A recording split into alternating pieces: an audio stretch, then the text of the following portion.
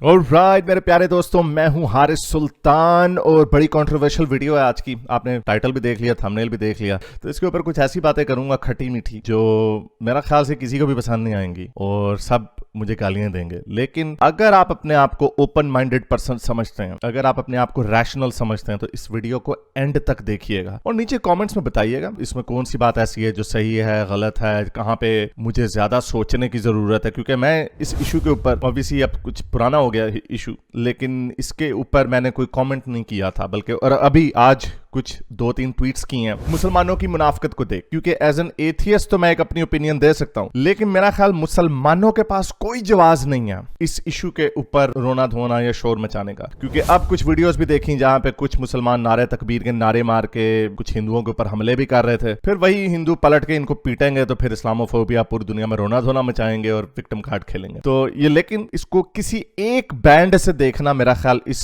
Issue के साथ इंसाफ पसंदी नहीं होगी और दोनों साइड के जो लोग हैं आपको एंड तक देखना होगा। और अगेन, अगर कोई बात रह गई है तो जरूर कमेंट्स में बताइएगा, लेकिन आप तब तक मुझे फीडबैक नहीं दे सकते जब तक आप खुद इन सारे आर्गुमेंट्स को पहले देखें, सोचें और फिर अगले दिन आके कमेंट करना तो ज्यादा बेहतर होगा। तो चलते हैं आज की वीडियो की तरफ। 90s में बाबरी मस्जिद को तोड़ा गया अयोध्या में और उसकी वीडियोस जो थी पीटीवी पे और आई एम श्योर पूरी दुनिया में न्यूज चैनल्स पे चलाई गई। लेकिन जब बाद में पता चला मुझे कि ये इशू कितना कॉम्प्लेक्स था, हमें इस तरह बताया गया था कि कुछ रेडिकल हिंदूज हैं, जिस तरह मौलवी होते हैं उस तरह कुछ रेडिकल हिंदूज भी हैं, तो उन्होंने आके चढ़ दौड़े और उन्होंने मस्जिद को गिरा दिया। कोई उसके कॉन्टेक्स्ट नहीं बताया गया। और ऑनेस्टली स्पीकिंग, मुझे इस कॉन्टेक्स्ट का अंटिल वेरी रिसेंटली से मुराद है 3-4 साल पहले, मुझे तब पता चला कि इसकी इंपॉर्टेंस क्या है।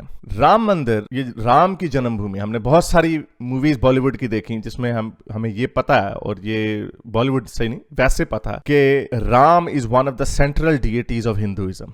जहाँ पे कृष्णा है, विष्णु है, वहां पे राम भी है और ये उनकी जन्मभूमि है। यानी ये ऐसे है कि ये उनकी सबसे important, one of the most important places है। इस वजह से उन्होंने इसको गिराया और उनका क्लेम ये था कि यहाँ पे अभी आर्कियोलॉजिकली क्या ये प्रूव हो सकता है या नहीं हो सकता, दैट्स अ सेपरेट टॉपिक। वैसे फैसला आ गया हुआ कि ये इसके नीचे एंशिएंट हिंदू साइट्स हैं। लेकिन बड़ी बात ये है कि लोग ये समझते हैं कि यहाँ पर ये राम की जन्मभूमि थी, उनकी बर्थ प्लेस थी, और इसके ऊपर as a show of force मुसलमानों ने एक मस्जिद बनाई। उस मस्जिद की हालत भी देखें, वो जो उसका गुंबद है देखें कितना उसके ऊपर पेंट भी नहीं हुआ, बड़ा गर्क हुआ था। एनीवे, रिगार्डलेस ऑफ दैट, इसलिए उन्होंने उसको तोड़ा। ये कॉन्टेक्स्ट बड़ा इंपॉर्टेंट है, लेकिन ये हमें नहीं बताया गया था। हमें बताया गया था बस हिंदू पागल हो गए, उन्होंने आके जी बाबरी मस्जिद गिरा दी और चलें जी। फिर ये इशू बड़ी देर रहा और फिर सुप्रीम कोर्ट ने, मैं ख्याल 1.5-2 साल पहले उन्होंने कहा कि नहीं, यहाँ पे कंस्ट्रक्शन की उन्हें ग्रीन लाइट दे दी। यानी कोई तकरीबन 30 साल उन्होंने वेट किया। ये वेट करना भी जरूरी था। जो लोग मुझे बहुत अरसे से देख रहे हैं उन्हें पता है इस बात का कि मेरी ओपिनियन है कि आप रॉन्ग ज़्यादा हिस्ट्री को राइट नहीं कर सकते। जो हिस्ट्री में गलत हो गया, आप उसको जब राइट करने लगते हैं तो उसके ऐसे कैस्केडिंग रिपल इफेक्ट्स होते हैं कि जो पहले ज्यादती हुई होती है वो तो चले हो चुकी है ना, उसको तो हम वापस नहीं ला सकते, लेकिन अब मजीद और लोगों के ऊपर ज्यादती होने लग जाएगी जो जिंदा है। इसलिए जो द आर्ग्यूमेंट ऑफ सफरिंग है, उससे आप सफरिंग को मजीद बढ़ाते हैं। तो ये मेरी एक जनरल ओपिनियन है। आप इसकी एक बहुत बड़ी एग्जांपल देख लें कि यहूदियों के ऊपर जुल्म हुआ, पिछले 2000 साल से उनके ऊपर जुल्म होता रहा। फिर उन्होंने जब अपने वापस ला के जब उन्होंने पूरी हिस्ट्री को, सिविलाइजेशन को एज एन इंडिविजुअल देखना शुरू किया कि हाँ भाई, हम यहूदी को आज से 2000 साल पहले हम पे जुल्म हुआ था, देयरफॉर हमें ये वजह, हमें इसराइल, हमने अपना मुल्क बनाना। नहीं भाई, जिनके ऊपर जुल्म हुआ था वो तो मर खप गए, आपके ऊपर जुल्म नहीं हुआ। और या अगर हुआ जो हिटलर ने किया, उसका इस फलस्तीन के इशू से कोई ताल्लुक नहीं है।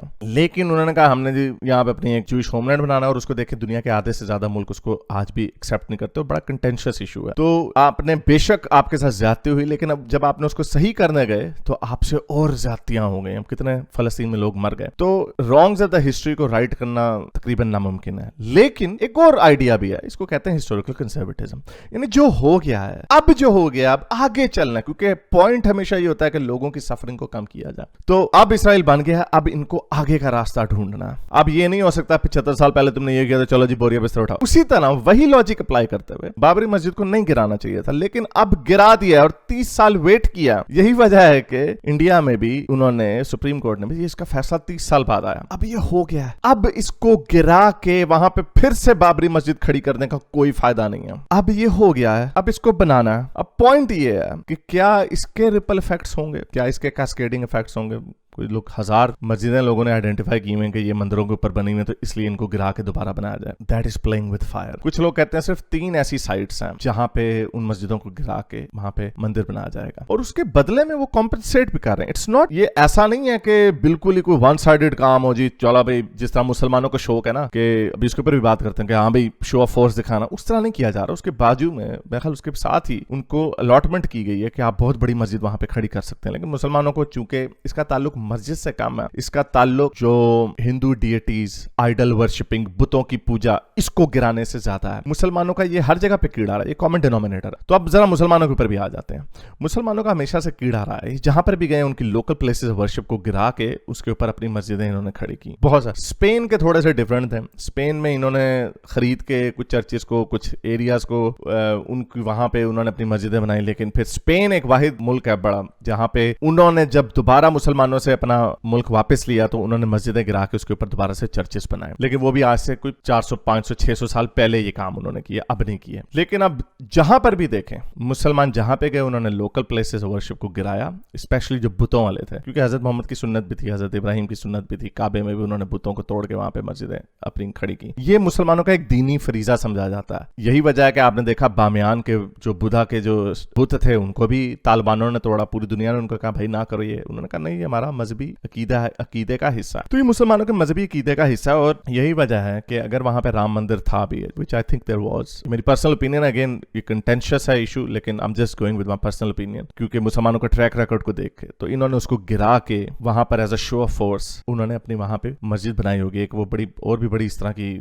कई तो नीचे आपको नजर आ रहा है मंदिर का, मंदिर बना हुआ उसका आर्किटेक्चर वही, और उसके ऊपर उन्होंने चबूतरा और वो मीनारे खड़े कर दिया, तो ये चलें जी ये इनकी मस्जिद बन गई। तो ये मुसलमानों का एक दीनी भी है, मुसलमानों की साइकी का भी हिस्सा है। और अभी ज्यादा आगे क्यों जाते हैं, अभी हाया सोफिया में देखें, इस तरह के ये बेतहाशा आपको इस तरह के लोग मिल जाएंगे। ये ये डिली हुसैन जो है, इसको देख लें। जब इन्होंने हाया सोफिया को दोबारा से मस्जिद ये अर्दुगान मुल्ले ने बना दिया तो सारे मुसलमानों ने खुशियां मनाई, जबकि कमाल अतातुर्क ने इस बात को रेकग्नाइज किया। जब सेकुलर टर्की बना रहा था तो उसने रेकग्नाइज किया कि ये one of the ancient churches of Christianity है। जब कुस्तुनतुनिया पे कॉन्स्टेंटिनोपल एम्पायर, जो बिजेंटीन एम्पायर था, तो वो क्रिश्चियन एम्पायर था, वहां पर उन्होंने ये हाया सोफिया चर्च बनाया। दुनिया का उस वक्त का एक वक्त का बहुत बड़ा, दुनिया का सबसे बड़ा चर्च भी था ये। मुसलमान आए, उन्होंने मस्जिद बना दी ऊपर। फिर ऑटोमन एम्पायर गिरता है तो कमाल अतातुर्क ने कहा चलो जी हम इसको न्यूट्रल जगह कर देते हैं। हालांकि उस वक्त भी उनको कहना था जी नहीं चले आप चर्च बन जाए, इतना बड़ा खूबसूरत हमारी हिस्ट्री का हिस्सा है, लेकिन उन्होंने नहीं किया, उन्होंने न्यूट्रल बना दिया। ओके फाइन, ताकि क्योंकि उन्हें पता मुसलमान फटेबाज लोग हैं।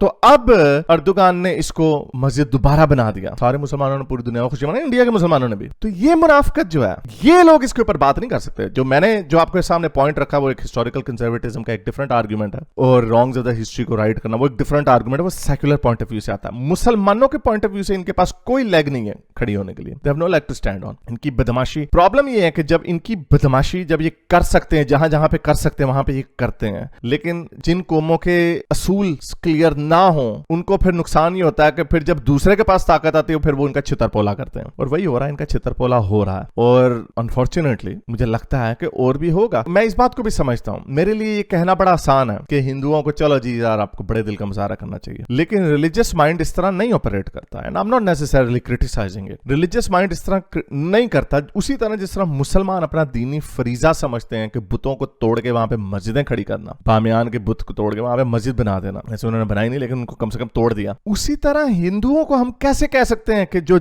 राम की जन्मभूमि है, वन ऑफ द, अगेन इसके ऊपर हम सारे जो पाकिस्तानी मुसलमान है, हमें बाकी हिंदू भगवानों का नाम पता ना हो, हमें राम का जरूर पता है, क्योंकि राम एक, उनका नाम बहुत सारे बॉलीवुड के एक्टरों का भी नाम राम होता था, तो इससे हमें यह पता है कि Ram is one of the central deities in Hinduism. उनको आप कैसे कह सकते हैं कि भाई आप अपनी राम जन्मभूमि में चलो यार छोड़ दो। उसी तरह जिस तरह मैं ये इमेजिन नहीं कर सकता कि सिखों को कहा जाए कि चलें जी अपने गुरु नानक की बर्थ प्लेस को छोड़ दें, यू कांट इमेजिन दैट। बल्कि इमरान खान ने खुद कहा था ये ऐसे है सिखों के लिए नानकाना साहिब जिस तरह हमारे लिए मक्का है, so you can't do it. तो ये मेरे लिए एज अ सेकुलर पर्सन तो कहना आसान है कि चलो यार जाने दो, लेकिन उनके लिए रिलीजियस माइंड ऐसा काम नहीं करता। कहते हैं हमारी सारी चीज हमसे छीनी गई, अब हमारे पास ताकत है। और अगेन हम बदमाशी उस तरह नहीं कर रहे कि तुम्हें मार मार के निकाला, हम तुम्हें कहना साथ एक और बना लो मस्जिद, अपनी बना लो, शौक पूरा कर लो अपना। तो मुसलमानों की तो कोई खास सिग्निफिकेंस नहीं है उसकी। Yes, other than you can make an argument, एक हिस्टोरिकल प्लेस होना, 400-500 साल पुराना होना, लेकिन फॉर द ग्रेटर गुड वो ये देखते हैं, इस तरह देखते हैं। मेरा क्या पॉइंट है, मैंने आपको बता दिया, रॉन्ग ज्यादा हिस्ट्री का आप राइट नहीं कर सकते, मेरा ख्याल से नहीं करना चाहिए,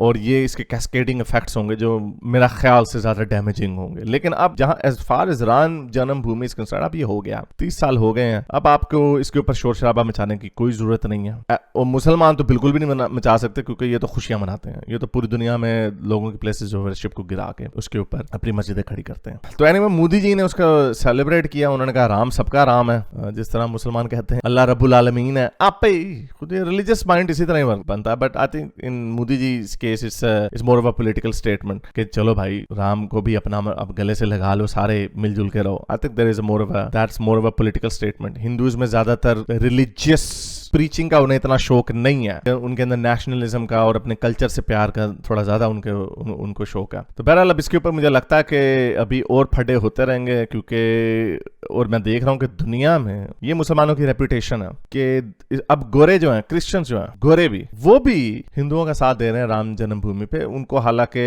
ऐसा उनका कोई इसमें इंटरेस्ट नहीं है, ब्राउन लोगों का मसला, थर्ड वर्ल्ड कंट्री का मसला, एक ऐसे मजहब का मसला जिसमें उन्हें इंटरेस्ट नहीं भी है, लेकिन है उन्हें। क्यों? क्योंकि मुसलमानों की हरकतें उनके सामने है, उनको नजर आ रहा है मुसलमानों की, सारी दुनिया इस वक्त मुसलमानों की तरफ देखती है और उनकी तरफ उंगली पॉइंट करती है। क्यों? क्योंकि इनके कारनामे ऐसे हैं, हर जगह पे ये ऐसे ही करते हैं। इंग्लैंड में देखें, ये मोमिन ने चर्च का क्रॉस गिरा रहा है, ऊपर चढ़ के इसने गिरा दिया। मुसलमानों की हरकतें ऐसी हैं हर जगह पे, इसी वजह से इनसे पूरी दुनिया अब नफरत ही करने लगी है, क्योंकि इनके कारनामे ऐसे हैं। तो आई होप के इसको आप सोचेंगे खुले दिल से, अगर आप हिंदू हैं, कि मेरी ये ओपिनियन है कि रॉन्ग ज्यादा हिस्ट्री को आप राइट नहीं कर सकते, वरना सारे जो ये कॉलोनाइज कंट्रीज हैं, अमेरिका, कनाडा, ऑस्ट्रेलिया, न्यूजीलैंड, यहाँ से सारे लोगों को यूरोप जाना चाहिए और वापस इंडिया और जिन मुल्कों से आए उधर जाना चाहिए। वो आप लोग नहीं, वहां पे आके आप सिलिकॉन वैली को एंजॉय कर रहे हैं, इसलिए इसको नहीं, रॉन्ग ज्यादा हिस्ट्री को राइट नहीं किया जा सकता। लेकिन अब जो चीज हो भी जाती है तो after certain time we have to accept it, ताकि मजीद सफरिंग ना हो। क्योंकि अब अगर let's just do a thought experiment के अब अगर इसको गिरा के कोई ऑर्डर आ जाए कि नहीं भी राम जन्मभूमि नहीं बनेगी, यहाँ पे दोबारा बाबरी मस्जिद बनेगी, तो उसके रिजल्ट में और दंगे होंगे और जानी नुकसान होगा। इसलिए आपको हमेशा आगे की तरफ जाना और उसका एक पॉलिटिकल सोल्यूशन ढूंढने की कोशिश करनी होती है। लेकिन इसका मतलब यह है कि आपको अब मजीद बाकी पुरानी मस्जिदों को गिरा के वहां पर नहीं बनाना चाहिए, unless you can convince the Muslim population के दो और हमारी जगह हैं, भाई इसको हम बना दें, आप उसके बाजू में आप बना लें अपनी मस्जिद या अपना शौक पूरा कर लें, लेकिन ये हमारी बड़ी सिग्निफिकेंस है। अगर आप इसको पॉलिटिकली अचीव कर सकते हैं, ये जत्थे छोड़ के चीजों को गिराना, दुनिया इसको फिर उसी तरह देखती है कि जिस तरह बामियान में तालिबानों ने बुद्धा के बुतों को तोड़ा, उसी तरह हिंदुओं ने भी वही हरकत की, बाबरी मस्जिद को उस तरह थोड़ा, जत्थे नहीं छोड़े जा सकते। तो एनीवे, और अगर आप मुसलमान हैं तो सोचिए अपने बारे में कि किस तरह आप दूसरी जगहों को तो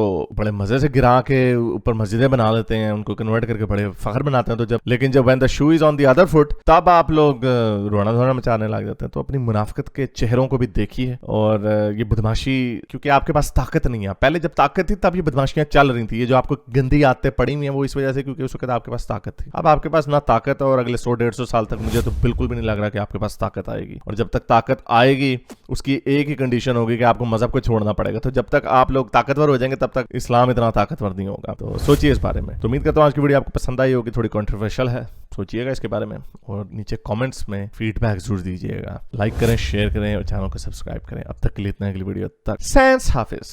अगर आपको मेरी ये वीडियो अच्छी लगी तो मेरे चैनल के मेंबर बनिए, पेट्रन बनिए, या फिर आप मुझे बाय मी या कॉफी में भी सपोर्ट कर सकते हैं।